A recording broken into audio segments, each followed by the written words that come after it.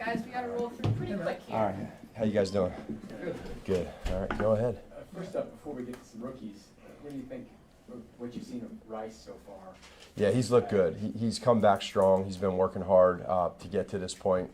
It reminds me of last year where he was going into this part of the year where the second year he just looks like when these guys start learning, like even with Xavier right now, you can tell he knows where he's going, and so those guys are looking sharp. And Matt, last year, you guys obviously talked all offseason about throwing the ball deep and Yeah. then really materialize. Yeah. What can be the difference this year to make that a reality? Well, we talk about talk is cheap, right? You can't talk about it. You gotta be able to do it. So I think it's a mentality of every day in practice, trying to make sure you stress not only the importance of talking about it, but then doing it, in practice. And there was times where we were, but I think it's our job as coaches to emphasize it more, and then let these guys go out there. And then their mindset too is, cutting it loose every now and then. And not everyone is going to be perfect and incomplete, but they're it's equity. Do you feel like Pat trusted his protection enough to allow you guys to do what you wanted to do in that part of the game last year? Going back and looking at the tape, what I thought was interesting was there was times where maybe we think that didn't happen, where he wasn't trusting it, but then there's times where he was, and there was a breakthrough. I think it was more the consistency, Adam, of matching the two together. So there's times where there's great time to throw the ball, and the route wasn't open, and some of that is because of the scheme that we put in, or vice versa. A guy's open and we miss it. So as long as we can show those guys the why part of understanding that, then we go ahead and take that into where we're at now. And so far, up to this point, it's been beautiful with the attack mindset. Yeah, Pat mentioned last week that you guys have encouraged him to try to get the ball down the field during OTAs. What's that process like? Just telling him, hey, throw the ball down the field, or is it a little more involved in that? It's both. I mean, we have to be able to put the plays in that give you that, but then at the same point in time, then you got to pull the trigger. You got to take that shot downfield. Now, that's execution amongst the O-line, protecting, Pat taking his proper drop, so getting the depth and working his feet. The wide receivers running the proper depth on their routes, and then letting it go. And then we got to try to put in the right plays and then obviously call it at the right time. But it's a mindset, and you got to stick to it. And it's just it's constantly every single day, not just every week, every single day, and then it just becomes reality. Brett said back at the combine with this that maybe Patrick has seen too much at times. And maybe defenses are not doing the same things to him that they used to. Is there a little bit with him in this process of maybe unlearning things that he's learning? Probably a little bit, and I say it in this point that, number one, he has so many more plays that he's played, having 8 years in the league.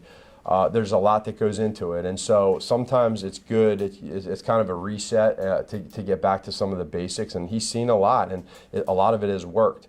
So now it's like, okay, where's that balance of us as coaches of seeing where we've been the last few years, where he's at individually, new players coming in and out, new timing, and so like kind of putting all that together. So the good part for Pat is he wants that. He came in here after the Super Bowl, the first day we had him, and he was so locked in, and it wasn't this, angry, pissed off at the world, like gotta get back at people, revenge thing. That's not what it was. It's just it's a calm, professional want to get better and use it in the right way, and it's a strong positivity in that room right now. It's been great. We're gonna go last three. Sam, P, Adam.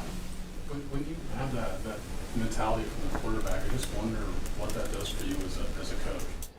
It means a lot, and Pat's always had that. We've always had it. For whatever reason, it really hasn't come to fruition for many different reasons, and we talked about with some of the defenses, some of the things that you see schematically.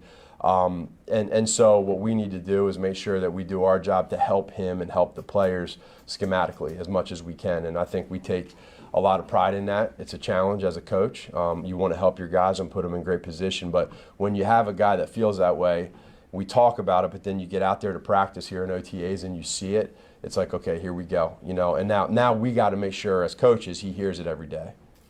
Adam mentioned the protection. I'm just curious, Josh Simmons, your thoughts on his college film and then initial impressions working with him? College film, phenomenal. Really liked it. You can see athleticism, recovery if he gets beat. And you talk to his coaches that he has, and you just listen to the want that the kid has. Obviously, he had the injury, so it dropped him a little bit, but I've really been impressed with his professionalism since he's been in this building. He's really locked in.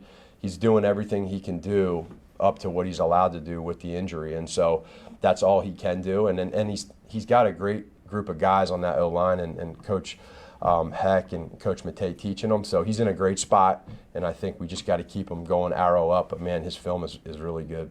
Last one, Anna. Matt, Yeah. how have the things that you've worked on with Pat this time of year in the offseason changed since he was a rookie and just kind of getting into the NFL? How have those kinds of things changed since?